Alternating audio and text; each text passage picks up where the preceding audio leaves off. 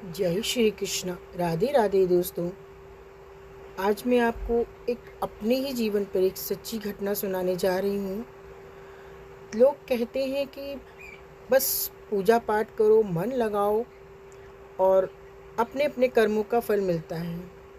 कभी भी प्रभु साक्षात नहीं आते हैं, लेकिन ऐसा नहीं है दोस्तों।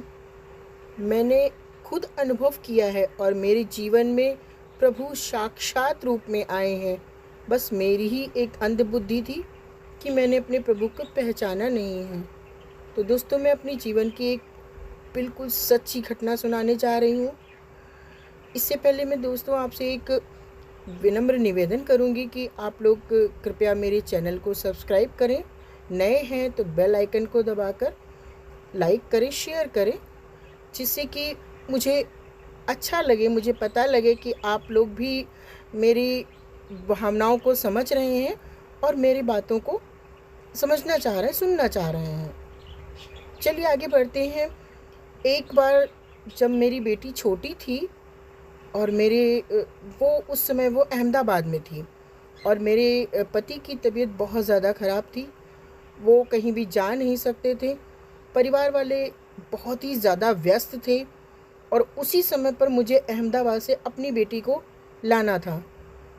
तो उस समय पर मैं अकेली ही शाहजहाँपुर से अहमदाबाद लेने के लिए अपनी बेटी को चल दी। पर मुझे बड़ा डर लग रहा था कि मैं कैसे जाऊंगी। मुझे कोई रास्ता भी नहीं पता है, कुछ तरीका भी नहीं पता है, मैं वहाँ तक कैसे पहुँचूंगी। लेकिन बस अपने ठाकुर जी का नाम लेकर, राधे रानी का नाम लेकर चल निकल पड़ी घर से और लखनऊ जाकर पहुँच गई। लखनऊ में पता चला कि जो ट्रेन अहमदाबाद जाने वाली है वो लखनऊ पहुंचकर मैं ट्रेन का इंतज़ार कर रही थी और पूरी रात ट्रेन के लिए मैं प्लेटफॉर्म पे बैठी रही, पर ट्रेन नहीं आई। मैं बड़ा निराश हो गई कि मैं अकेली हूँ और ट्रेन भी नहीं आ रही है, कैसे क्या करूँ। डर भी लग रहा था पर अपने प्रभु पर पूरा विश्वास था। जैसे तैसे वह सुबह मेरी ट्रेन आई। मैं ट्रेन पर बैठ गई। मेरे पास कोई रिजर्वेशन भी नहीं था, बिल्कुल भी अलग रास्ता था, कुछ पता भी नहीं था, पर भगवान का नाम लेकर मैं ट्रेन पे बैठ गई। जब मैं ट्रेन पे बैठी हूँ तो आप यकीन मानिए पूरा कोच खाली था, कोई नहीं था। मुझे और भी ज़्यादा डर लगने लगा कि ऐसे में मैं कैसे बैठूँ। उसी समय एक सांवले रंग के नवयुवक अंदर आए और उनके साथ उनकी भाभी, जिनको वो भाभी कह रहे थे, वो थे और दोनों लोग आकर के बैठ गईं। धीरे धीरे थोड़ी देर बाद डर लग रहा था, लेकिन फिर भी बातचीत करना ज़रूरी था। बातचीत करते करते वो बोली कि आप कहाँ जा रही हैं? मैंने कहा अहमदाबाद। बोली मैं भी अहमदाबाद चल रही हूँ।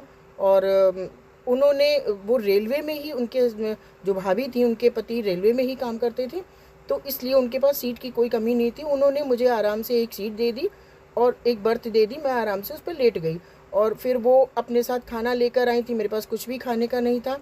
वो खाना उन्होंने ज़बरदस्ती खिलाया। खाने में डर भी लग रहा था पर फिर भी भगवान का प्रसाद समझकर मैंने खा लिया।